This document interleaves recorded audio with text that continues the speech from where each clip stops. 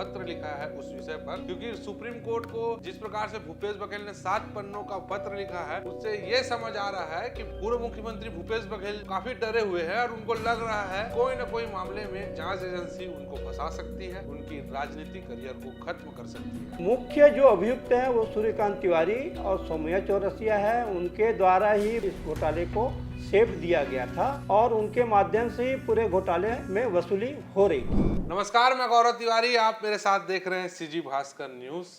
आज की इस पेशकश में हम चर्चा करेंगे भूपेश बघेल ने जो सुप्रीम कोर्ट को पत्र लिखा है उस विषय पर, क्योंकि सुप्रीम कोर्ट को जिस प्रकार से भूपेश बघेल ने 7 पन्नों का पत्र लिखा है, उससे ये समझ आ रहा है कि पूर्व मुख्यमंत्री भूपेश बघेल वो काफी डरे हुए हैं और उनको लग रहा है कि कोई न कोई मामले में जांच एजेंसी उनको फंसा सकती है, उनकी राजनीतिक करियर को खत्म कर सकती है।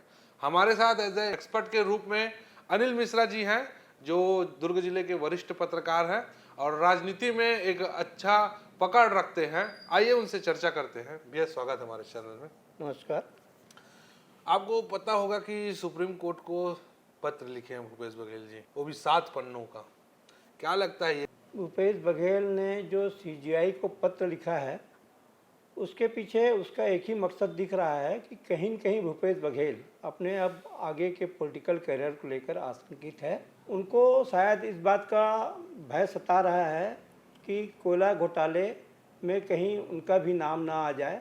जिस तरह के घटनाओं को उन्होंने पूरे पत्र में उल्लेख किया है, खासकर कोयला घोटाला और महादेव सट्टा ऐप, उनको लेकर उन्होंने अपनी तरफ से पूरे पत्र में स्पष्टीकरण देने की कोशिश भी की है। उन्होंने साफ साफ ये लिखा है कि उनके खिलाफ एक राजनीतिक षड्यंत्र हो रहा है, उनकी राजनीतिक करियर को खत्म करने की साजिश की जा रही है। पूरा मामला जो अब तक सामने आया है उसके अनुसार कोल परिवहन मामले में लेवी वसूली की गई थी।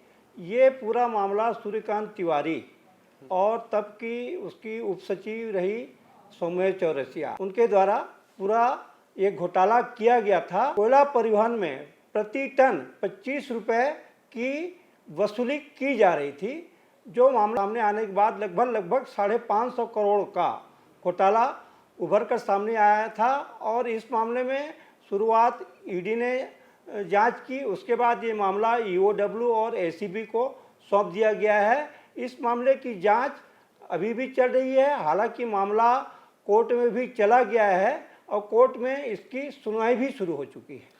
अच्छा, ये सूर्यकांत तिवारी जो है, इनका और भूपेश बघेल के बीच में क्या ऐसा संबंध है?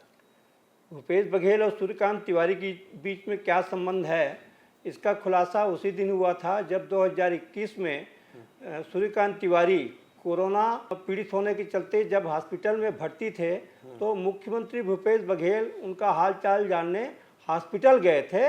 इसी मामले से समझा जा सकता है कि सूर्यकांत तिवारी और भूपेश बघेल के बीच कितने करीबी संबंध थे। तो ये जो पूरा स्कैम हुआ है, इसमें सूर्यकांत तिवारी मेन है कि सौम्या चौरसिया मेन है कि जो कलेक्टर रानू साहू फंसी वो मेन है, और भी लोग जो मिल के पूरा यूनियन की तरह ऑपरेट किए? तक मामले में जो खुलासा हुआ है उसमें तो पूरा एक कॉकस काम कर रहा था। मुख्य जो अभियुक्त हैं वो सूर्यकांत तिवारी और सौम्या चौरसिया है। उनके द्वारा ही पूरा इस घोटाले को सेफ दिया गया था और उनके माध्यम से ही पूरे घोटाले में वसूली हो रही थी। तो क्या लगता है ऐसा पत्र लिखने से क्या हो सकता है? अपना बचाव का वो कुछ रख रहे हैं? एक तरह से भूपेश बघेल ने सीजीआई को पत्र लिखकर अपनी ओर से एक याचिका प्रस्तुत की है, उनको सीजीआई संरक्षण प्रदान करे। अब सीजीआई इस मामले में क्या कदम उठाते हैं ये तो नहीं कहा जा सकता, किंतु कहीं न कहीं भूपेश बघेल ने सीजीआई को पत्र लिखकर जांच एजेंसियां राज्य सरकार पर दबाव बनाने की कोशिश जरूर की है। चर्चित आईपीएस हैं अमीरेश मिश्रा जी, जो इस समय ईओडब्ल्यू के प्रभारी भी हैं। भूपेश बघेल ने अपने पत्र में उनका नाम भी उल्लेख किया है कि वो सूर्यकांत तिवारी के पास जेल गए थे और उनके ऊपर दबाव बनाया जा रहा है कि भूपेश बघेल का नाम लो। तो क्या ऐसा हो सकता है कि कोई अधिकारी जेल में जाके किसी अपराधी पे दबाव बनाए? भूपेश बघेल ने अपने पत्र में खुद लिखा है कि अमरेश मिश्रा और सूर्यकांत तिवारी के बीच मुलाकात का कोई एविडेंस नहीं है। मुलाकात हुई है या नहीं हुई है इसका कोई प्रमाण तो अभी तक सामने आया नहीं है, किंतु भूपेश बघेल ने इस मामले को लेकर जो सीजीआई को पत्र लिखा है और खासकर अमरेश मिश्रा का नाम को उल्लेख किया है, तो लगता है कि कहीं न कहीं मामले में कुछ तो तथ्य हैं। अच्छा, कांग्रेस के समय में बहुत सारे घोटाले हुए, गोबर घोटाला हुआ, गौठान घोटाला हुआ, फिर ये कोयला घोटाला हुआ, फिर महादेव सट्टा वाला अवैध वसूली वाला घोटाला हुआ। क्या लगता है कांग्रेस जब सत्ता पे थी तो पैसा कैसे कमाया, कैसा बंदर बाट किए, इसी पे ही उनका मेन फोकस रहा है क्या? 15 साल की सत्ता के बाद कांग्रेस की 2018 में सत्ता में वापसी हुई थी और तभी ये परसेप्शन बनने लगा था। कांग्रेस की जब 2018 में सत्ता में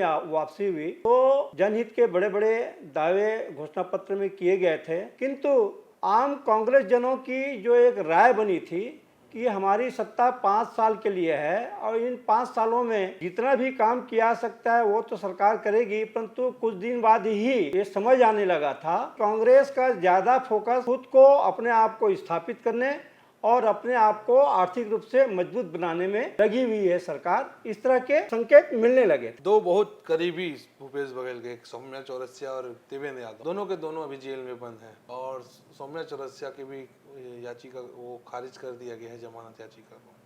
किस रूप में देखते हैं, क्या ये बाहर आएंगे कि नहीं आएंगे, क्या यही आरोपी? अब तक इस मामले में जितने भी तथ्य सामने आए हैं दोनों ही के खिलाफ लगता है कि जांच एजेंसियों ने काफी मजबूत मामला बनाया है। सौम्या चौरसिया तो सुप्रीम कोर्ट तक जा चुकी है जमानत के लिए, परंतु जमानत उनको नहीं मिली है। उसी तरह देवेंद्र यादव के खिलाफ भी अब तक 2 कोर्ट में जमानत की याचिका खारिज हो चुकी है और जो कानून के जानकार हैं वो बताते हैं कि दोनों के ही खिलाफ जितने गंभीर आरोप हैं उसमें फिलहाल दोनों का जेल से बाहर आना संभव नजर नहीं आ रहा है। तो जिस प्रकार भैया से पता चला बातचीत में कि किस प्रकार से जब कांग्रेस सत्ता पे थी तो बहुत से योजनाओं के माध्यम से पैसों को पानी की तरह बहाया और कोई भी योजना उनकी कारगर नहीं रही, चाहे वो गोबर खरीदी वाला मामला हो, चाहे गौठान बनाने वाला मामला हो। और क्योंकि चुनाव के समय एक शुभम सोनी नाम के व्यक्ति ने सोशल मीडिया के माध्यम से, शुभम सोनी ने यह कहा था कि भूपेश बघेल को कांग्रेस पार्टी को पैसा दिया गया है, जिसके बाद से मामला काफी गर्मा गया था। कोयला घोटाले में भूपेश बघेल का नाम आ रहा है कि नहीं ये तो जांच में पता चलेगा, लेकिन जिस हिसाब से सुप्रीम कोर्ट को भूपेश बघेल ने पत्र लिखा है वो कहीं ना कहीं एक प्रकार से दबाव है उस कार्यवाही के ऊपर। अब इस विषय को लेकर क्या कार्रवाई होती है, क्या राजनीति में नया मोड़ आता है, ये देखने वाली बात है। फिलहाल हमको दीजिए इजाजत, नमस्कार।